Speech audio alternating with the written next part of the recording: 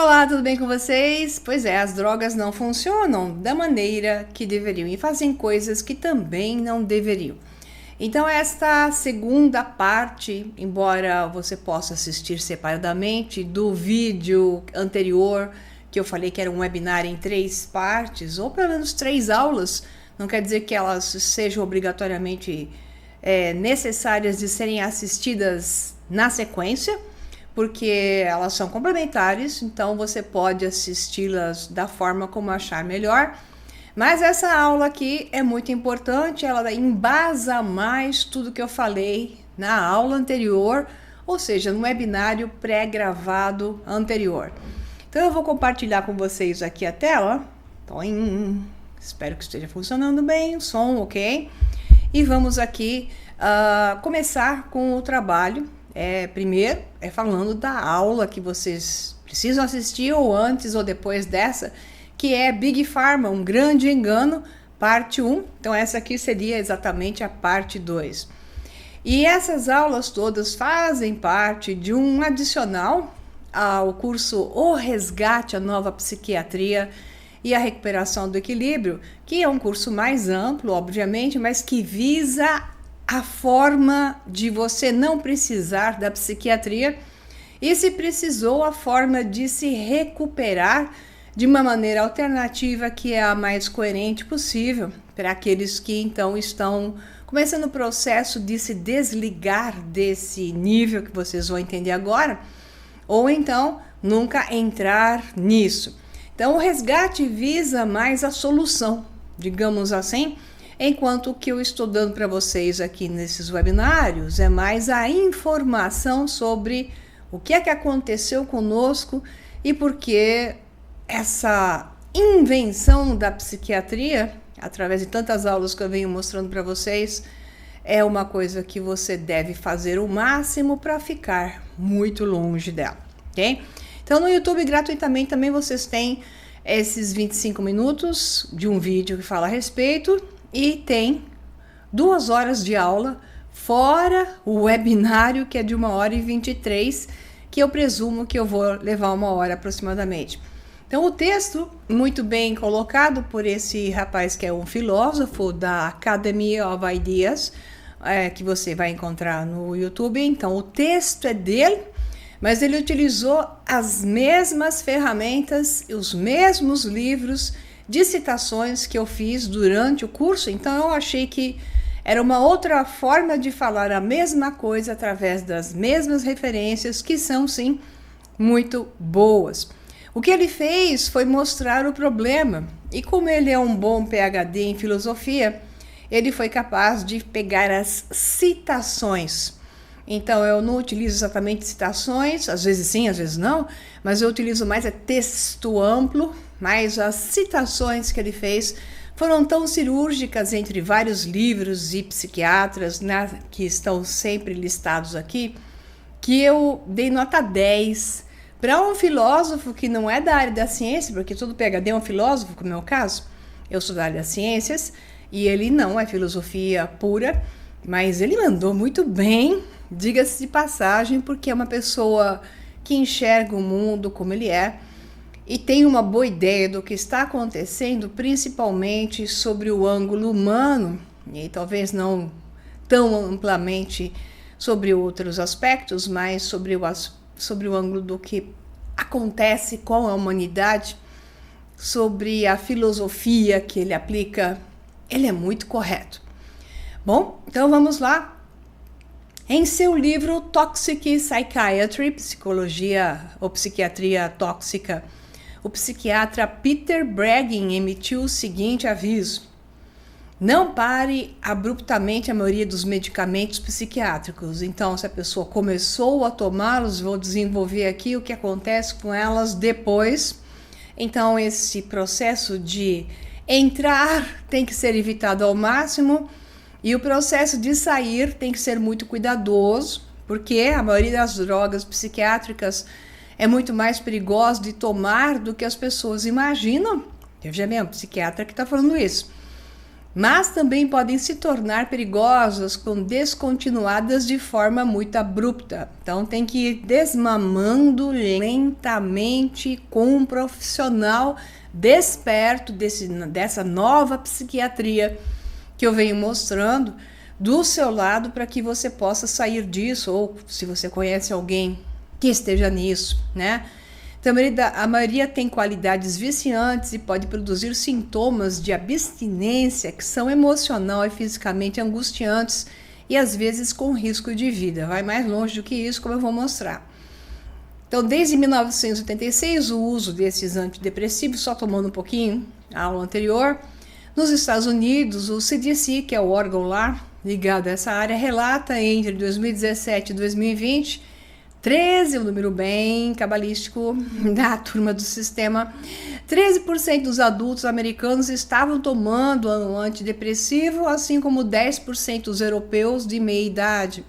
No Reino Unido, entre 2022 e 2023, as prescrições de estimulantes para tratar a síndrome, o transtorno de déficit de atenção e hiperatividade, que é chamado, né, de TDAH, aumentam 28% entre os adultos, aumentaram, e 9,9% entre as crianças.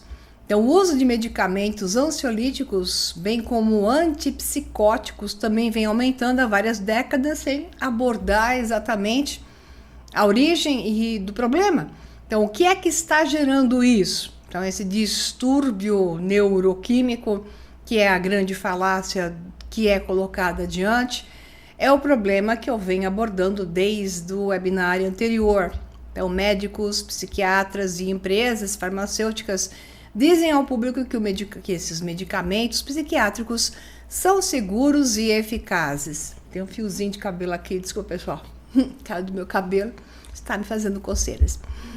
Então, nesse vídeo, nós vamos analisar algumas das pesquisas que mostram que as drogas psiquiátricas podem piorar as condições de saúde mental e intensificar o sofrimento, em vez de proporcionar um alívio.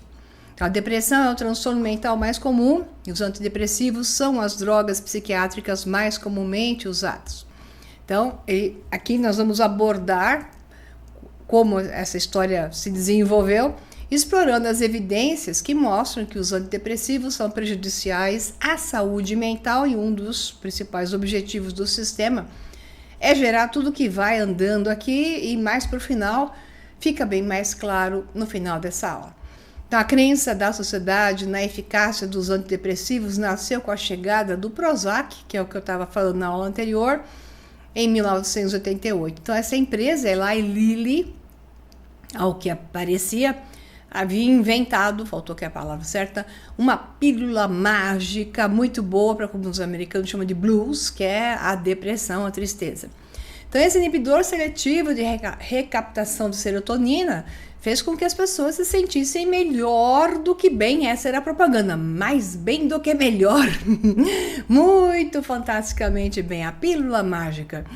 Infelizmente, essa é uma mentira, uma vez que os pesquisadores começaram a vasculhar os dados de ensaios clínicos enviados ao FDA em função desse Prozac e outros antidepressivos, que foram posteriormente trazidos ao mercado, a história da droga milagrosa começou a ruir de forma estrondosa, embora parece que não afetou a vontade das pessoas tomarem isso, nem de muitos prescreverem isso. Como eu falei na aula anterior, nós temos dois ramos da psiquiatria, que é os novos, que, como é o caso da turma da Harvard, que eu citei na aula anterior.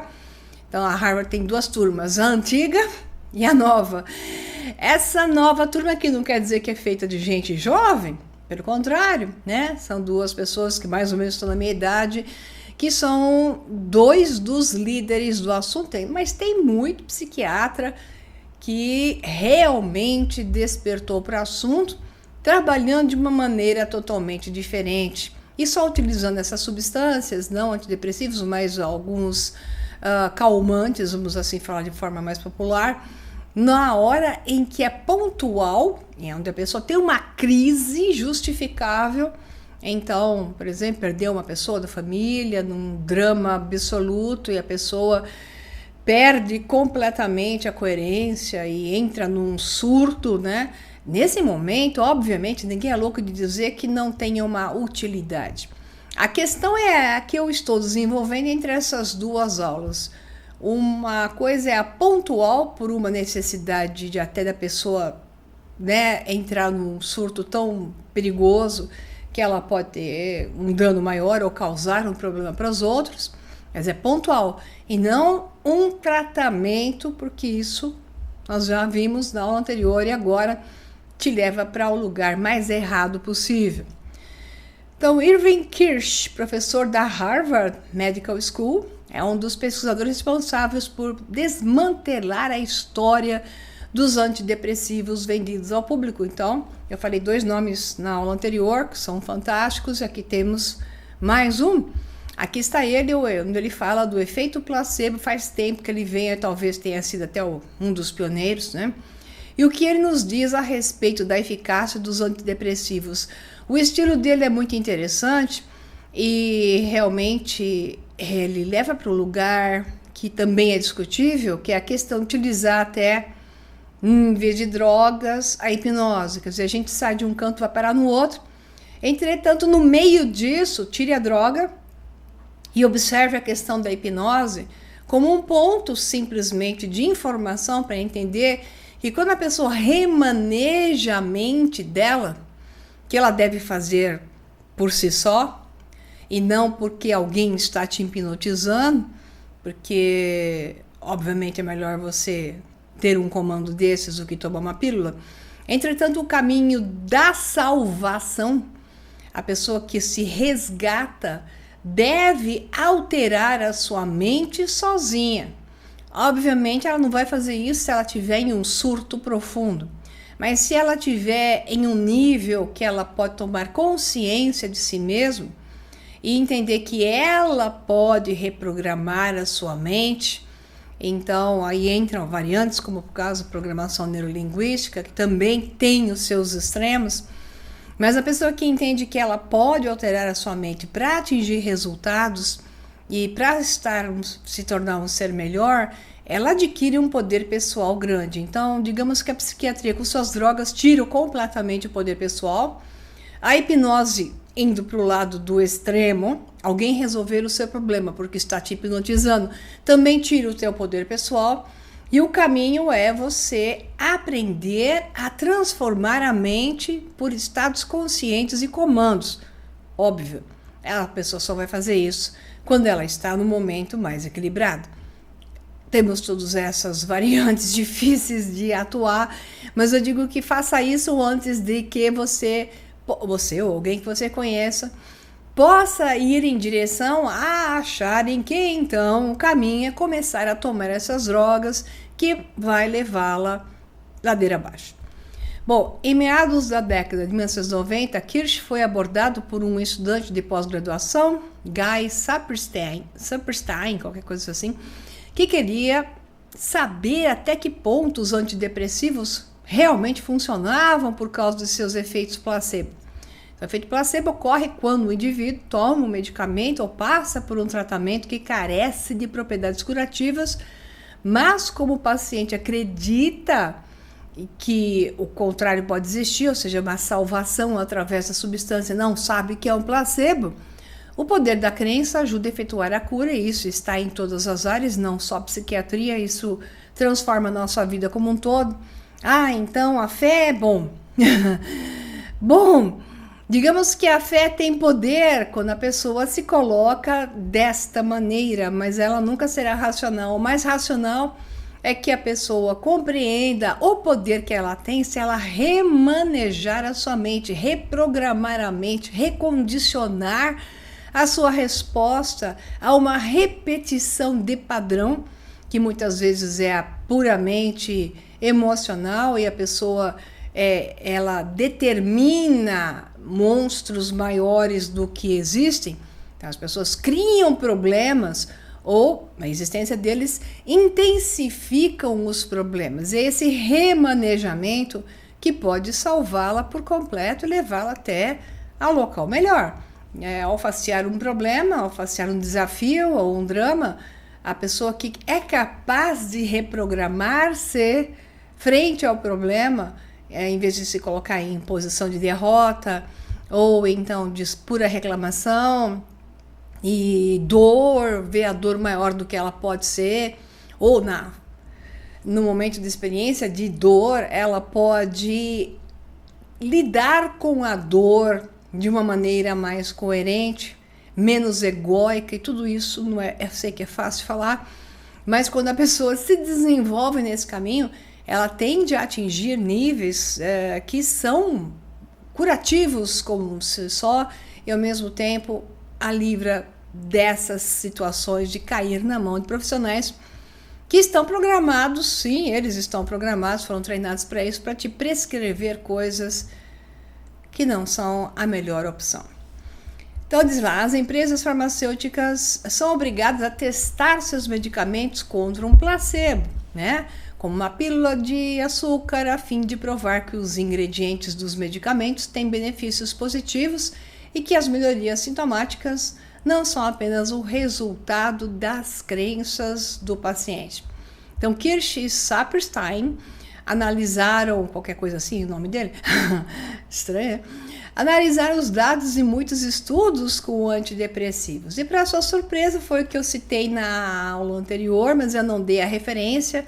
Então, a referência é que os antidepressivos já, com o placebo, dão 40%, e o antidepressivo atinge 50% até 50%. Entretanto, numa escala de 1 a 50, a melhora real é no máximo de 2 pontos. Isto digamos, é considerado significativamente desprezível, né? Isto não funciona. Então, são esses aqui que fizeram esse levantamento. Faltou aquela referência, está aqui agora. Então, Kirsch apelou à lei de liberdade de informação para obter os dados desses julgamentos não publicados. Então, o que esperávamos encontrar, diz ele aqui, citado, né, nessa referência, explicou ele, era que as pessoas que tomavam antidepressivos se sairiam muito melhor que aquelas que tomavam placebo, a pílula do açúcar. Não poderíamos estar mais errados. Então, a relação ao que Kirsch descobriu, James Davis escreve a meta-análise de Kirsch, que incluiu ensaios publicados e não publicados, concluiu que a nova onda de antidepressivos anunciados como drogas milagrosas não funcionou melhor que pílulas fictícias ou açúcar, isto é, eficácia eles não têm.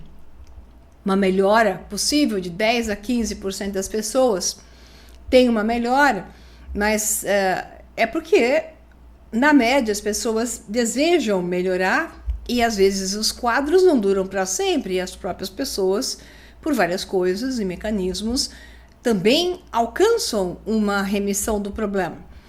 Então, mas isso significava, como Kirsch apontou, que cerca de 85% a 90% das pessoas que recebem antidepressivos prescritos não estão obtendo nenhum benefício clinicamente significativo do medicamento em si.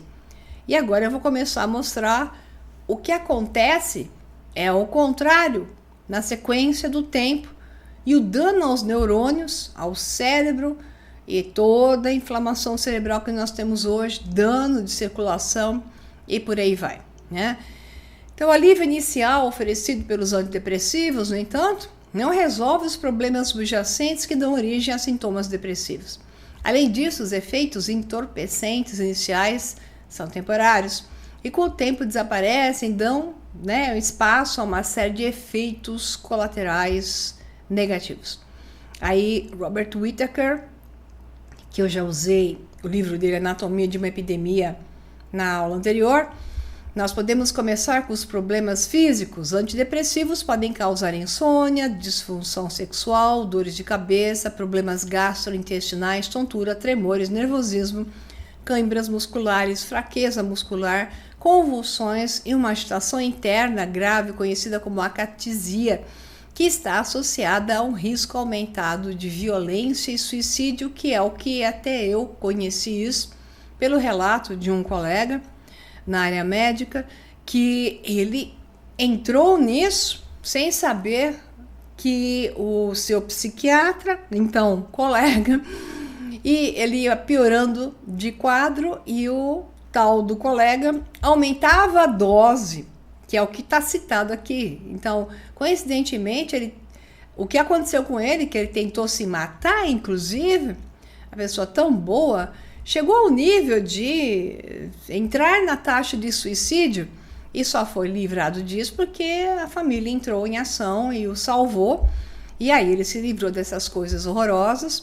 Mas é a questão, nós vamos ver que o quadro que eu acabei de falar dele é exatamente o quadro que se treina na universidade, um psiquiatra clássico que não quer sair da caixinha, né? E embora essa turma nova hoje tenha saído muito bem da caixinha. Então diz lá, em relação ao aumento do risco de violência e suicídio, Joanna Moncrief, que também usei como referência na aula anterior, escreve que há uma correlação forte e estatisticamente significativa entre o aumento das taxas de prescrição de antidepressivos e o aumento das taxas de suicídio. Eu tenho essa experiência de um colega que teve essa situação.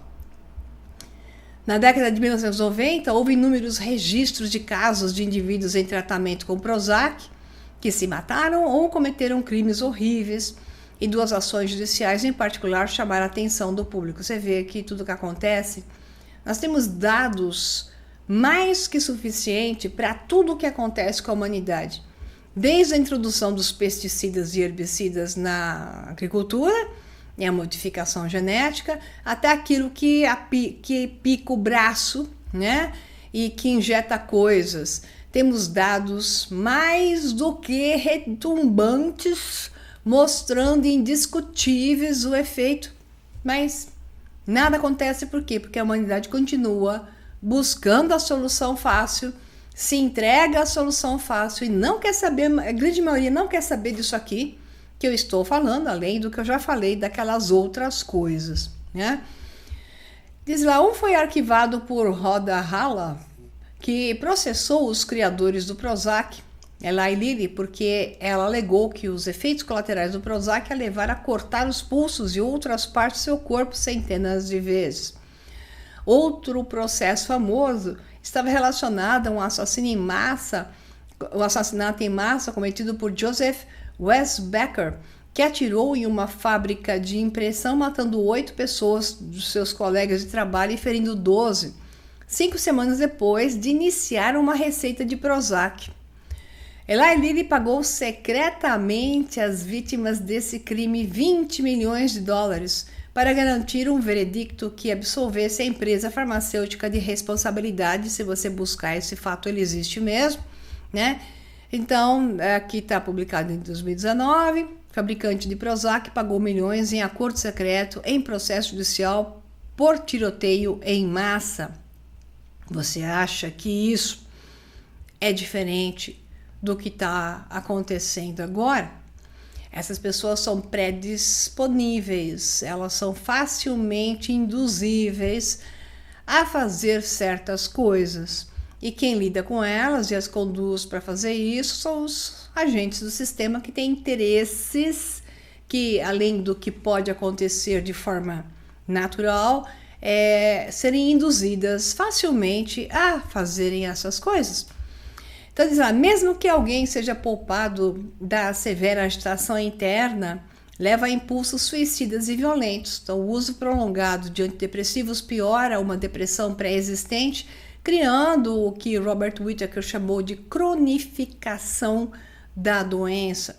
Então, Scott Patten, da Universidade de Calgary, analisou um banco de dados de saúde de mais de 9 mil pacientes deprimidos e descobriu que os pacientes medicados estavam deprimidos em média 19 semanas por ano, enquanto os pacientes não medicados apenas 11 semanas por ano. Então, ou não faz nada, ou pior. Então, o tratamento antidepressivo pode levar a uma deterioração no curto a longo prazo dos transtornos de humor, diz Scott Patten nesse livro, O Impacto do Tratamento Depressivo na Saúde da População, que está em português, mas o livro está em inglês. Não sei se esses livros têm em português. Em 1998, 3 médicos da Escola de Medicina da Universidade de Louisville escreveram em um editorial do Jornal de Psiquiatria Clínica. Disseram: o uso de antidepressivos a longo prazo pode ser depressivo. Tá rindo porque é de idiotice, mas veja bem, é que o uso de antidepressivos a longo prazo pode ser depressivo, ou seja, saber da verdade te deixa em depressão. É possível que os agentes antidepressivos modifiquem a fiação das sinapses neurais, que não apenas tornam os antidepressivos ineficazes, mas também induzam um estado depressivo refratário residente.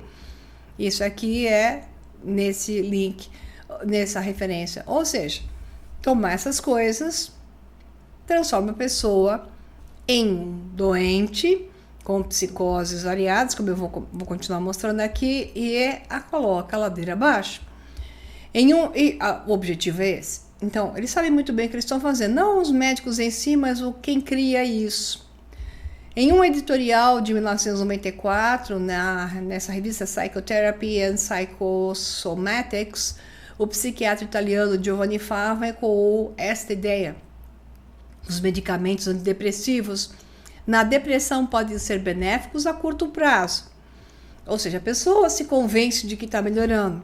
Mas como eles danificam os neurônios e as redes e danificam a circulação cerebral, o metabolismo cerebral e etc, etc, eles causam isso aqui.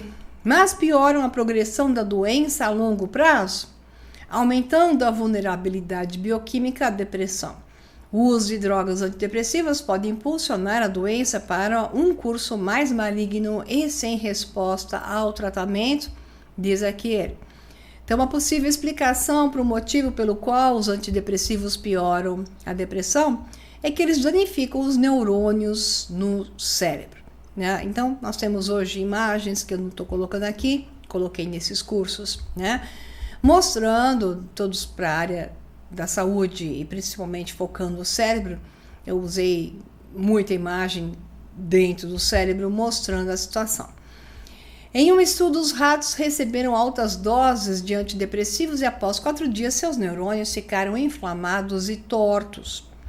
Então não sabemos se a inflamação cerebral é um dos grandes objetivos, então ela está sendo causada por vários mecanismos que eu explorei em todos esses cursos da área de saúde. E o que sobrou dos webinários no YouTube, que a grande maioria foi retirada, você pode aproveitar algo. Então, não sabemos se as células estão morrendo, escreveram pesquisadores do Jefferson Medical College, da Filadélfia. Esses efeitos podem ser transitórios e reversíveis, ou eles podem ser permanentes, né? Veja bem. Então, outro problema com o uso de antidepressivos a longo prazo é que quando um paciente para de os tomar, além de experimentar efeitos de abstinência, ele também se torna altamente suscetível a recaídas depressivas. Então, o processo tem que ser feito devagar e com um tratamento paliativo em paralelo, sob todos os ângulos que podem estar gerando isso na pessoa, estudando o seu metabolismo e o seu lado psicológico. Então, depois de parar no antidepressivo, os sintomas tendem a se acumular gradualmente e se tornar crônicos. Aqui está nessa outra referência, só psiquiatras. Em 1997, Ross Baldessarini, da Harvard, falei que tem uma safra da Harvard, que Deus abençoe, na Harvard Medical School, realizou uma meta-análise da literatura e descobriu que, nas palavras de Robert Whittaker, quanto mais tempo uma pessoa toma um antidepressivo, maior a taxa de recaída após a retirada do medicamento. Que é mais do que isso. Então, em vez de reconhecer que uma recaída depressiva se deve ao uso prolongado de medicamentos antidepressivos, muitos pacientes e seus médicos concluem que a recaída é uma indicação de que o uso de antidepressivos deve continuar, que foi o caso daquele colega da área da medicina que eu lhe falei. Né? Então ele ficava pior, ele voltava lá e o colega, que era psiquiatra e ele não, dava mais e mais dose para ele até o ponto em que ele quase se suicidou. Então, isso cria uma dinâmica que o Whittaker chamou de armadilha antidepressiva, que ele explica na seguinte passagem. A curto prazo, aqueles que tomam antidepressivo provavelmente verão seus sintomas diminuir. Eles verão isso como prova de que os medicamentos funcionam. Assim, eles acreditam na coisa, né? E os médicos também. No entanto, essa melhora de curto prazo dos sintomas não é marcadamente maior do que observado em pacientes tratados com placebo. E esse uso inicial também os coloca em um curso problemático de longo prazo. Então, os com placebo pioram alguns, mas a grande maioria não. Então, o que acontece é que os do placebo não entram nessa ladeira abaixo. E os que estão tomando a medicamento é que entram na ladeira abaixo. Então, se eles pararem de tomar agora a medicação, eles correm alto risco de recaída. Mas se eles continuarem com as drogas, provavelmente também sofrerão episódios recorrentes de depressão. E essa crônica aumenta o risco de ficarem incapacitados. Então, veja bem, então, o que esse meu colega fez? Ele foi a um outro médico de uma geração melhor, que não era tão boa como essa, mas ele foi desmamando esse meu colega, ou foi desmamando aos poucos, né? E deu tudo certo, ainda bem.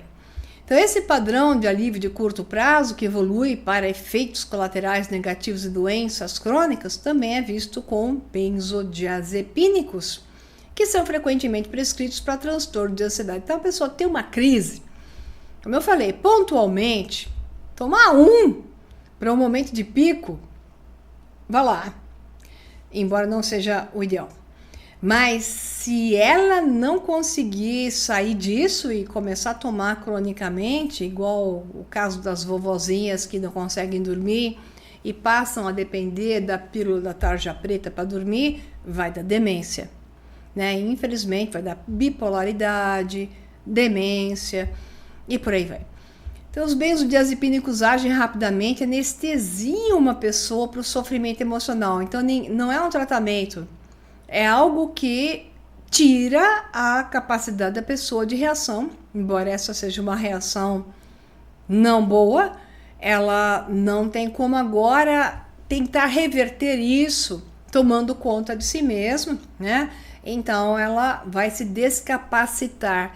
Então, toda vez que você tampa um fluxo de água, ele vai achar uma outra forma de sair. Isso é uma frase muito antiga, acho que desde os chineses falavam isso. Então, o que especialmente para pessoas que sofrem de ataques de pânico ou agorafobia intensa pode ser experimentado como um grande alívio, ok? Mas se ela continuar tomando isso, e a cada vez vai tomar mais, então é só hoje, amanhã não, então depois de amanhã não, depois de amanhã sim, aí depois ela começa a encurtar os prazos e vira aquilo que a gente já sabe.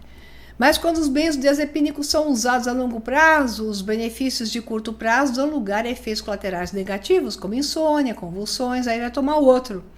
Aí vai tomar outro para não dormir, outro para convulsão, tremores, sensação de que os insetos estão rastejando pela pele, depressão, despersonalização ou desrealização, que é a sensação de que o mundo exterior é irreal.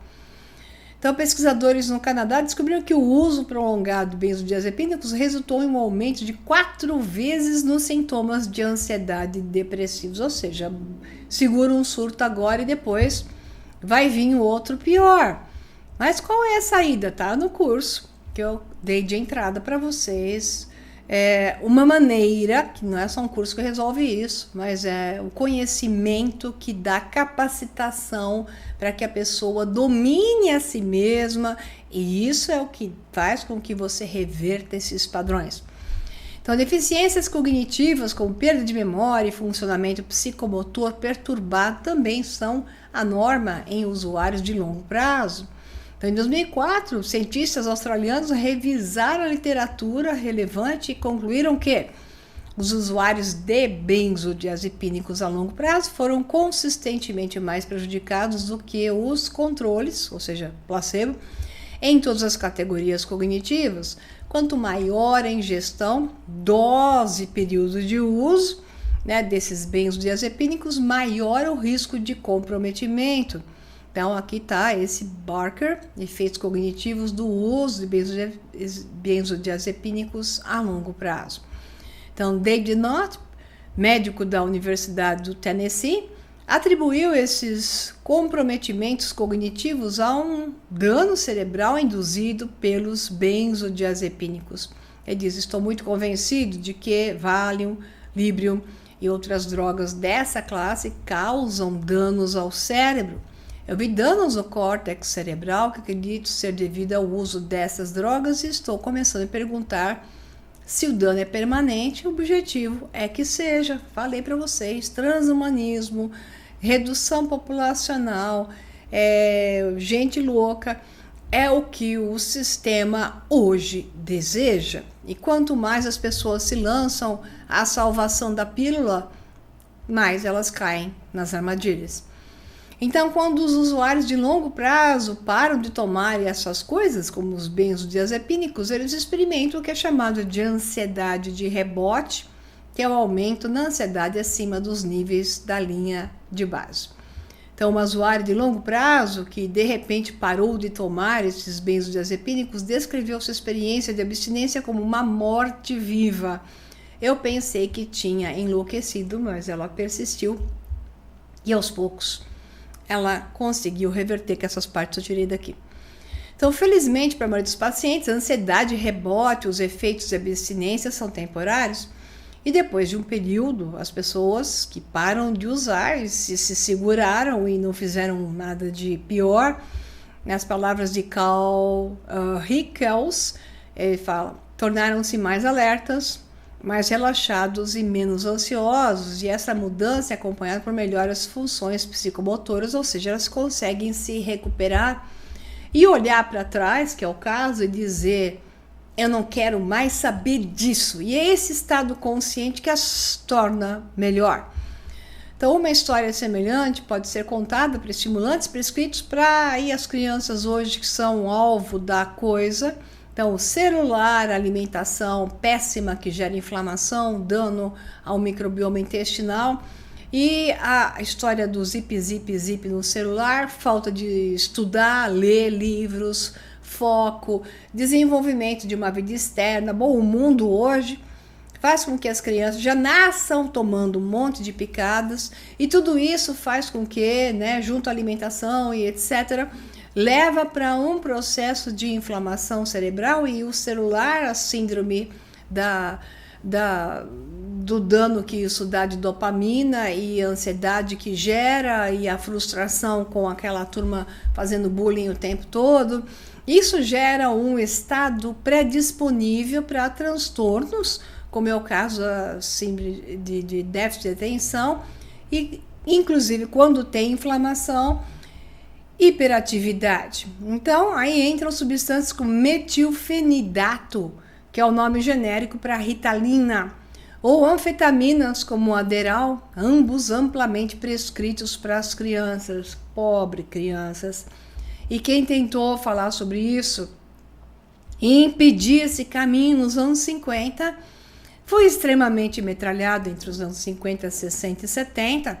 Então, todo aquele que nessa época, e alguns foram transformados até em conceitos que a mídia os descaracterizou completamente de propósito.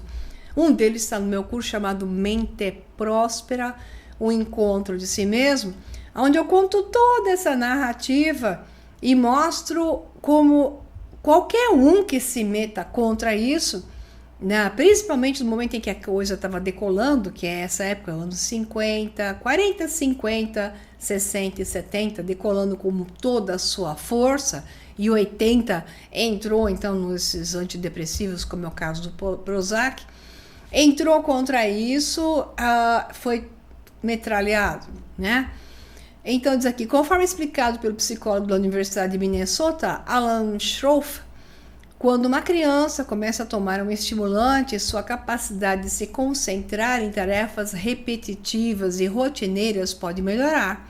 No entanto, seu raciocínio, resolução de problemas e aprendizado não parecem ser positivamente afetados.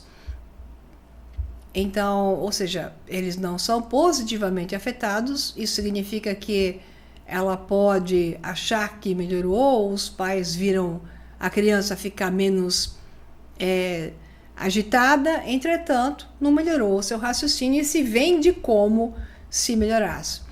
Em 2002, pesquisadores canadenses realizaram uma meta-análise massiva da literatura e descobriram que, no caso de crianças que tomam medicamentos para TDAH, há pouca evidência de melhor desempenho acadêmico.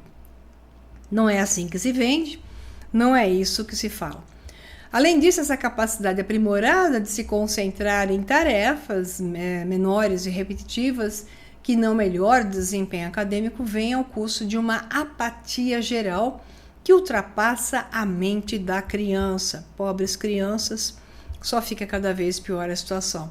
Então, um estudo duplo cego de 1978, conduzido pelo psicólogo da Universidade Estadual de Ohio, Herbert Dye, interessante nome, descobriu que as crianças que estavam tomando Ritalina pareciam, no momento da avaliação, distintamente mais brandas ou planas, ou seja, o que o sistema quer, emocionalmente planas, sem a variedade típica da idade e a frequência de expressão emocional. Todo o povo que está tomando essa Ritalina fica do jeito que o sistema quer, apatia e sem empatia.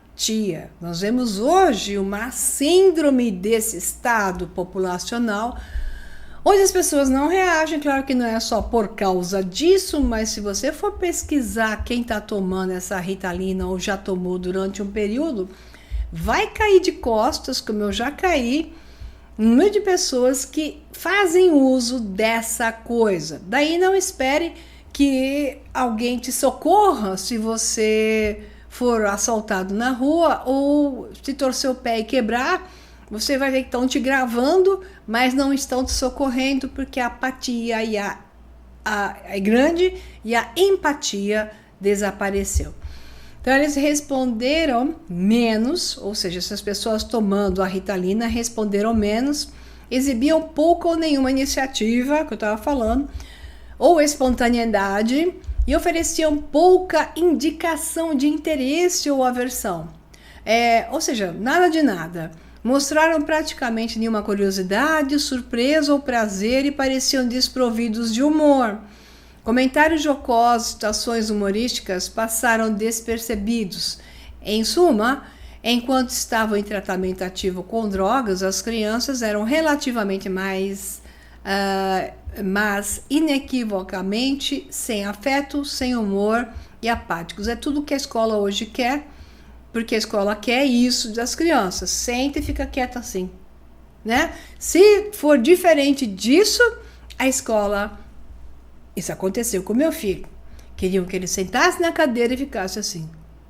Como ele não sentava na cadeira e não ficava assim, embora fosse ótimo de notas, queriam que eu fizesse isso com ele e eu mandei a escola para aquele lugar junto com a psicóloga, para aquele lugar ao cubo, né? Bom, aí diz lá, não só as crianças que tomam estimulantes perdem sua espontaneidade e personalidade, mas ao longo prazo, os problemas comportamentais que as drogas deveriam tratar voltam com uma vingança.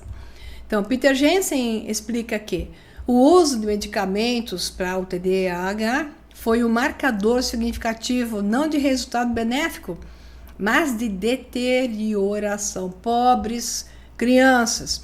E é isso aqui que queriam com o meu filho, porque o meu filho queria um mundo de escola muito mais animado do que aquela coisa senta com... Ele tinha essa fase que ele teve, ele tinha o quê? 6 anos, 5 anos. Nessa fase, eles achavam que ele precisava tomar alguma coisa. Ao invés de levar as crianças para o parque, para brincarem, se esgotarem a sua energia, e depois, então, uma atividade na classe que fosse muito mais interessante que aquela coisa monótona para uma idade dessa. Depois que ele já cresceu um pouquinho mais, isso desapareceu. Mas ele era uma criança normal, mas só que criança normal não pode hoje. Então, taca a Ritalina e aí a criança vira um vegetal e aí tá tudo certo, porque é fácil lidar com o vegetal, né? Massinha de moldar é mais fácil. Ou seja, os participantes que usaram a medicação no período de 24 a 36 meses realmente mostraram um aumento da sintomatologia durante esse intervalo em relação àqueles que não tomaram medicação. Ou seja, pobres crianças. Então, se uma criança continua com estimulantes de transtorno, então, de hiperatividade e déficit de atenção, ela mostra aumento de sintomatologia. No entanto, se ele parar de tomar medicamentos, a retirada da medicação também estimula um surto de sintomas e comportamentos problemáticos. Então, o estilingue é sempre o mesmo, volta na testa e aí vão e dão mais dose. Muitas vezes é desanimador observar a rapidez com que o comportamento se deteriora quando a medicação é descontinuada e aí dão mais e a criança se perde. Talvez o mais trágico de tudo, o uso de estimulantes a longo prazo tem sido associado a um risco aumentado de episódios maníacos e psicóticos. Em 1999, psiquiatras canadenses descobriram que de uma amostra de crianças que tomaram Ritalina por uma média de 21 meses, 10% desenvolveram sintomas psicóticos. Ou como o Whittaker explica, mesmo antes de prescrever a tal da Ritalina e essa prescrição se instalar, era bem conhecido que as anfetaminas poderiam provocar episódios psicóticos e maníacos. Há um problema ainda maior com os estimulantes. Eles fazem com que as crianças passem por estados de excitação e disfóricos diariamente. Resumindo, toda criança em um estimulante se torna um pouco bipolar. Tudo isso aqui é muito útil para a ideologia de gênero, então levar para essa questão da disforia. Em 2001, Melissa Del Bello, do Centro Médico da Universidade de Cincinnati, observou que 60% de todos os adolescentes hospitalizados por transtorno bipolar haviam tomado estimulantes para TDAH antes do início de um episódio afetivo. Ou efetivo, não sei se é efetivo, acho que o termo aqui é efetivo. Então, ela alertou de que os estimulantes podem precipitar a depressão e a mania em crianças que não teriam desenvolvido o transtorno bipolar de outra forma. A coisa é dolorosa de se ver e é mais difícil fazer as pessoas entenderem isso. Eu tenho falado com muitas pessoas, e assim, fora alunos, claro, e é difícil fazê-las compreender isso. Elas não têm noção e parece que nem processam a informação. Então, em vez de considerar a possibilidade de que os sintomas bipolares emergentes sejam induzidos por drogas, a maioria dos psiquiatras e médicos responde ao problema dando à criança uma mistura de outras drogas psiquiátricas além dos estimulantes. Pobre criança, o cérebro será destruído por completo. Ou como Robert Whittaker explica, tudo isso fala de uma epidemia que é principalmente iatrogênica ou induzida por drogas. Então, nós temos uma epidemia de gente louca hoje, com psicoses diretas, e é uma epidemia induzida pelas drogas de prescrição médica, fora as outras. Então, 50 anos atrás, os médicos praticamente nunca viam a doença maníaco-depressiva em pré-adolescentes e raramente a diagnosticavam em adolescentes, mas como inventaram que uma criança, como é o caso do meu filho, que era super inteligente, animado e tinha uma vivacidade aos 5 anos de idade, que isso não pode, não tá certo, não é bom, taca a Ritalina dele, né? Com o meu lado dragão, eu quase meti fogo em todos eles, o fogo tava pela boca, né? Então, pediatras e psiquiatras começaram a prescrever Ritalina para crianças hiperativas e, de repente, os periódicos médicos começaram a, claro, relatar casos de crianças maníacas, ok? Então, uma criança que pode ser hiperativa ou deprimida é tratada com uma droga que desencadeia um episódio maníaco ou algum grau de instabilidade emocional. Então, a criança é colocada em um coquetel de drogas, só vai a pior, que a leva a uma vida inteira de incapacidade. Isso é extremamente útil para o sistema. Olha os números, 13. A partir de 2024, impressionantes 13 milhões só nos Estados Unidos estão tomando drogas, jovenzinhos, crianças, antipsicóticas ou o que está também, se chama também de neurolépticos. Então, esses neurolépticos são prescritos não apenas para esquizofrenia, mas também para outros distúrbios de personalidade que são acompanhados de sintomas psicóticos como transtorno bipolar e depressão grave. Então, como os antidepressivos, os neurolépticos entorpecem a mente, entorpecem as emoções. Isso é tudo que a turma quer hoje. Gente doida e que não tem empatia, mas que ataca os outros com facilidade. Veja a nossa situação atual. Então, embora de uma maneira muito mais dramática, diz eles aqui. Então, assim, eles trabalham tornando o paciente relativamente indiferente à presença de episódios psicóticos e emoções negativas, ou seja, ele se acostuma com isso, achando que isso é normal. Então, embora uma indiferença entorpecida a episódios psicóticos possa inicialmente ser sentida como um alívio, a longo prazo, uma parcela significativa dos usuários de neurolépticos desenvolve a discinesia tardia, que é um distúrbio neurológico que tem sido associado a danos cerebrais e que envolve movimentos anormais, involuntários e repetitivos do rosto, boca e membros, bem como comprometimento cognitivo grave. Ouviu falar em Tourette's? Vem daqui? Então, Tourette's começa desde, como eu falei, inseticidas, herbicidas, dano ao microbioma intestinal, aquilo que pica e gera inflamação cerebral. E se então derem um remedinho desses, fofo, acabou, aí vai. Então, na maioria dos casos, a discinesia tardia é permanente, pois os pacientes continuam a sofrer com ela mesmo após a interrupção do tratamento neuroléptico. Então, a ocorrência de discinesia tardia confirma que os antipsicóticos podem alterar irreversivelmente a maneira como o cérebro funciona. Isto é um terror. E, de novo, como é difícil fazer as pessoas entenderem e quererem sair disso. Uma alternativa está entre vários cursos. Um deles, como eu falei, é sobre um assunto que funciona muito bem e deve ser conhecido, associado aos outros da área médica, como eu tenho feito. Mas se alguma coisa semelhante assim está com você, entenda através do curso Mente Próspera, o encontro de si mesmo, que é um que deve estar associado ao que eu sugeri aqui para você, que é o resgate, né?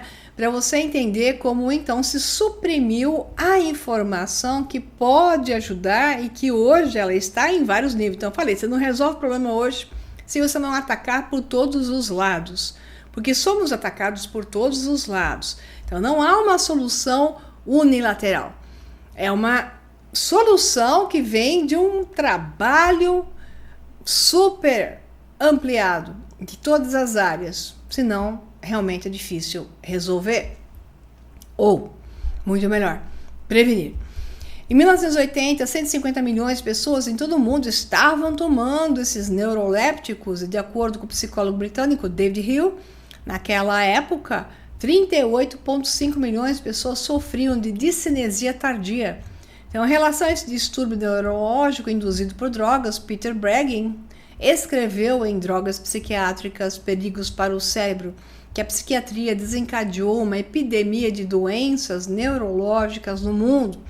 Mesmo que a discinesia tardia fosse a única incapacidade permanente produzida por essas drogas por si só, isso estaria entre os piores desastres de medicamento, induzidos na história.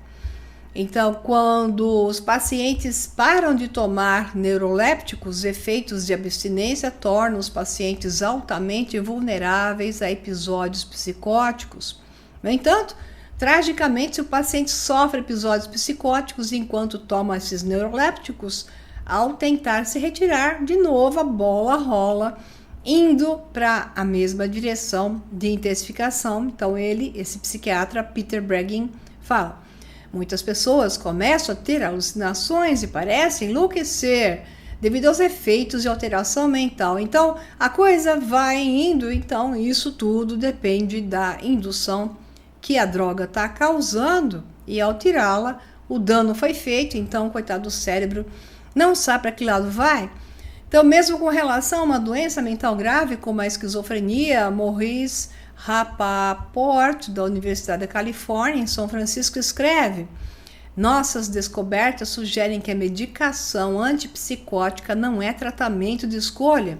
Se alguém estiver interessado em melhora clínica a longo prazo, muitos pacientes, então, devem se livrar disso, não devem usar. Então, muitos pacientes não medicados, enquanto estavam no hospital, mostraram melhor ou muito melhor estado a longo prazo em comparação aos medicados. Menos patologia no acompanhamento, menos rehospitalização e melhor funcionamento geral na comunidade que os pacientes que receberam esses neurolépticos enquanto estavam no hospital. Então ele é da psicofarmacologia, psiquiatria, não sei se é tudo junto mesmo, internacional.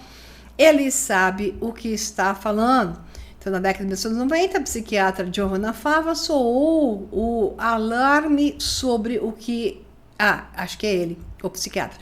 Via como uma epidemia emergente de saúde mental que estava sendo causada pelo uso generalizado de drogas psiquiátricas. Nisso chegou a hora de debater e iniciar pesquisas sobre a probabilidade que essas drogas realmente pioram o estado das pessoas e geram danos.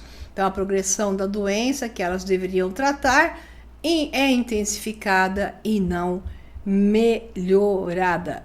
Bom, pessoal, recado dado. Aula número 2. Se você está nesse problema, espero que não. Se for meu aluno, com certeza você já sabe que, em relação à indústria farmacêutica, só tem um jeito: adquirir conhecimento. Porque se você der a sorte de um médico desperto, você está bem, né? Se você der o azar de um médico que ele segue o bulário, e pode ser que não tem má intenção nenhuma, mas ele acredita no que ele aprendeu, você está em muito má situação. Portanto, o conhecimento é a única forma de você caminhar bem e resgatar o seu poder pessoal sem precisar dessas coisas e impedir os danos que hoje estão todos direcionados a nós. E o alvo principal, já expliquei de tantas formas o porquê, é o cérebro. Basta observar. Então, muito obrigada e até logo próximas aulas. Abraços.